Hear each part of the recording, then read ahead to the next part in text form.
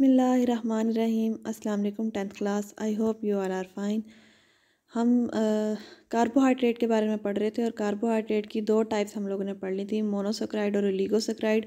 आज हम third type को डिस्कस करेंगे जो कि है पॉलीसेक्राइड। Poly means many. अब ओलिगोसेक्राइड के अंदर हमने ये डिस्कस किया था कि इसके अंदर जब इसको तोड़ा जाता है या इसको ब्रेक किया जाता है तो इसके अंदर से जितने मोनोसेक्राइड निकलेंगे उसकी बेस पे हम इसको नेम देते हैं। मतलब 2 to 9 मोनोसेक्राइड्स निकलते हैं तो हम उसको ओलिगोसेक्राइड बोलते हैं। लेकिन जब 9 से ज़्यादा मोनोसेक्राइड्स को वो प्रोड्यूस करेगा तो उसे हम बोलेंगे polysaccharide.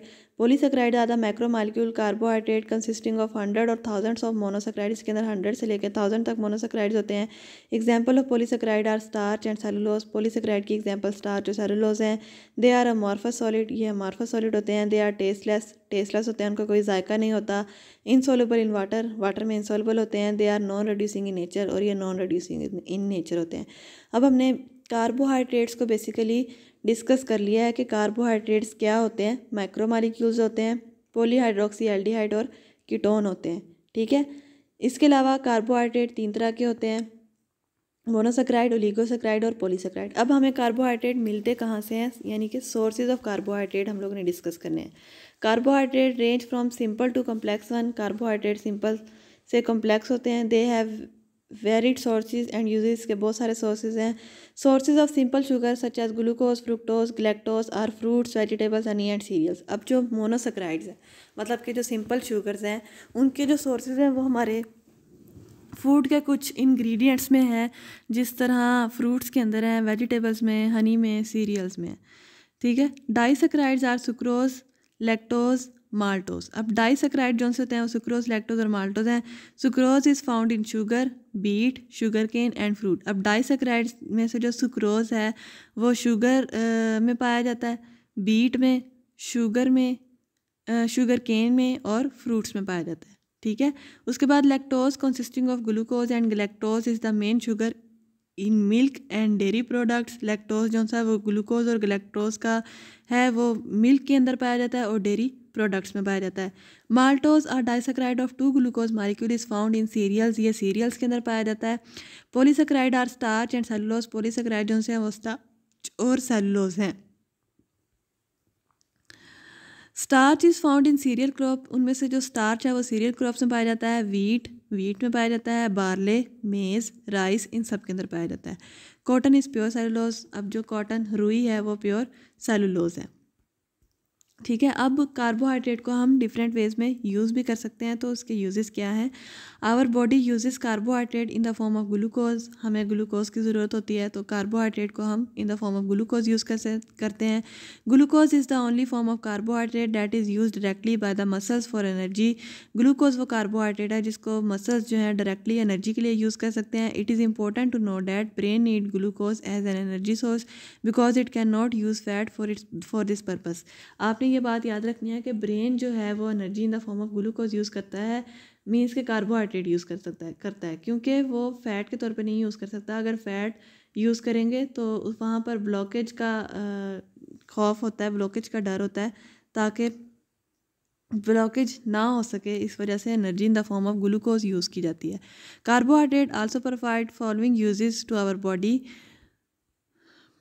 They regulate the amount of sugar level in our body. इससे हमारी बॉडी के अंदर शुगर लेवल मेंटेन रहता है। Low sugar level in the body result in the hypoglycaemia. अगर हमारा बॉडी का शुगर लेवल लो है तो उसको हम हाइपोग्लाइसीमिया बोलते हैं। ठीक है।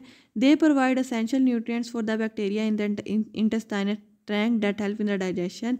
अब हमारी इंटेस्टाइन के अंदर कुछ बैक्टीरिया होते हैं जो कि डाइजेशन में मदद करते हैं, तो ये उनको न्यूट्रिएंट्स भी प्रोवाइड करते हैं। ज़ाहिर है उनको भी तो नरिशमेंट और न्यूट्रिएंट्स की ज़रूरत होती है।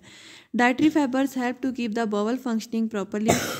हमारे स्टमक के नीचे एक पार्ट होता है जिसको हम बॉवल बोलते हैं। स्मॉल इंटेस्टाइन से ऊपर और स्टमक के नीचे बॉवल बोलते हैं उसे। ठीक है। तो डाइटरी फाइबर्स जो से होते हैं वो बॉवल फंक्शनिंग को प्रॉपरली काम करने में मदद करते हैं। Fibre help in lowering of cholesterol level and regulate the blood pressure. Fibre जो हैं वो कोलेस्ट्रॉल लेवल को मेंटेन रखते हैं, ब्लड प्रेशर को रेगुलेट करते हैं। Carbohydrate protect our muscles from cramping. Carbohydrate से मसल्स के अंदर क्रैम्प्स जो पड़ जाते हैं, मतलब कि खलियाँ जब पड़ जाती हैं तो उससे कार्बोहाइड्रेट प्रोटेक्ट करते हैं। Carbohydrate at source of energy, carbohydrate को सोर्स ऑफ एनर्जी कैसे यूज़ किया जा सकता है।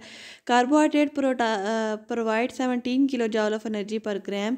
कार्बोहाइड्रेट जो हैं वो 17 kilo joule of energy provide करते हैं। We take carbohydrate as food, हम कार्बोहाइड्रेट को एज ए फूड यूज़ करते हैं। Long chain of starch are broken down into simple sugar, long chain को ब्रेक करके सिंपल शुगर में चेंज किया जाता है by digestive enzyme, digestive enzyme से।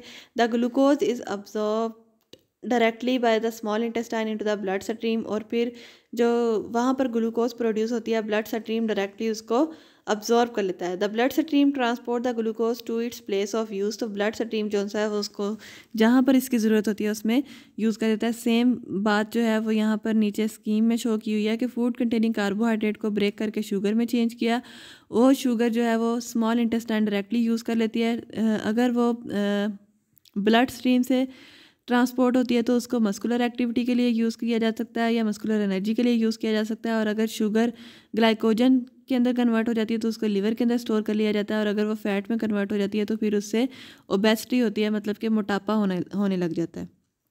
फिर उसके बाद है एक कार्बोहाइड्रेट जो है वो डेक्सट्रोज है। डेक्सट्रोज को ड्रिप्स में यूज़ किया जा सकता है। डेक्सट्रोज बेसिकली क्रिस्टलाइज ग्लूकोज है, ठीक है। नेचुरल शुगर जो स्ट्रेची फूड्स के अंदर पाई जाती है वो क्रिस्टलाइज ग्लूकोज है, जिसको हम डेक्सट्रोज बोलते हैं। It provide simple carbohydrate to the body that can easily broken down and processed. इससे का सिंपल कार्बोहाइड्रेट मतलब कि जिस किसी को ग्लूकोज की कमी है या कोई कार्बोहाइड्रेट उसका डेफिशिएंट है तो उसकी कमी के लिए डेक्सट्रोज को यूज़ किया जा सकता है, क्योंकि ये सिंपलेस्ट कार्बोहाइड्रेट प्रोवाइड करता है। Dextrose solution is available in the several concentration, different concentration के अंदर मार्केट में अवेलेबल होते हैं। For example 5% dextrose solution consist of 5 gram of dextrose in 100 ml of water. It is used to provide the fluid replacement and energy to the body. Means कि अगर आपके body के अंदर डिहाइड्रेशन हुई हुई है, पानी की कमी है, तो आप इस डेक्सट्रोज की ड्रिप लगवा कर उस कमी को पूरा कर सकते हैं। 5% डेक्सट्रोज वाली, ठीक है। It contain approximately 117 calories of energy, इसके अंदर 170 कैलोरीज ऑफ एनर्जी होती है, but does not contain electrolyte, लेकिन इसके अंदर इलेक्ट्रोलाइट नहीं होता। Therefore electrolytes are added according to the requirement in solution. अगर सोल्यूशन के अंदर आपको इलेक्ट्रोलाइट की ज़रूरत महसूस होती है तो रिक्वायरमेंट के अकॉर्डिंग डालना है या नहीं डालना, अगर डालना है तो कितना डालना है, वो रिक्वायरमेंट के अकॉर्डिंग इलेक्ट्रोलाइट ऐड किया जाता है। Dextrose is given to the patient directly in to the vein called the intravenous therapy, मतलब कि समटाइम्स इंजेक्शन के थ्रू डायरेक्टली वेन के अंदर इंजेक्ट कर दिया जाता है, इसको हम इंटरवेनल थेरेपी बोलते हैं। It is commonly called drip system, इसको हम ड्रिप सिस्टम बोलते हैं। It is the fastest way to deliver the fluid, इससे तेज़ी से, मतलब अगर बॉडी के अंदर फ्लूइड की कमी है तो तेज़ी से कंप्लीट हो जाती है। The electrolyte and the medications through out the body. It prevent air entering into the blood stream, इससे ब्लड स्ट्रीम के अंदर जो एयर एंटर हो रही होती है उसको ये प्रिवेंट करती है, ठीक है। इन दिस वे कार्बोहाइड्रेट जो से हैं वो बहुत ज़्यादा यूज़फुल हैं, हमारी फूड का पार्ट है और हमें एनर्जी प्रोवाइड करते हैं, और इनकी डेफिशिएंसी हमारे लिए नुकसानदेह होती है, और इस डेफिशिएंसी को ओवरकम कैसे किया जा सकता है वो भी हम लोगों ने देखा। उम्मीद है कि आपको समझ आई होगी। अल्लाह ताला आपको अपने हिफ्ज़-ओ-ईमान में रखे। अल्लाह हाफ़िज़।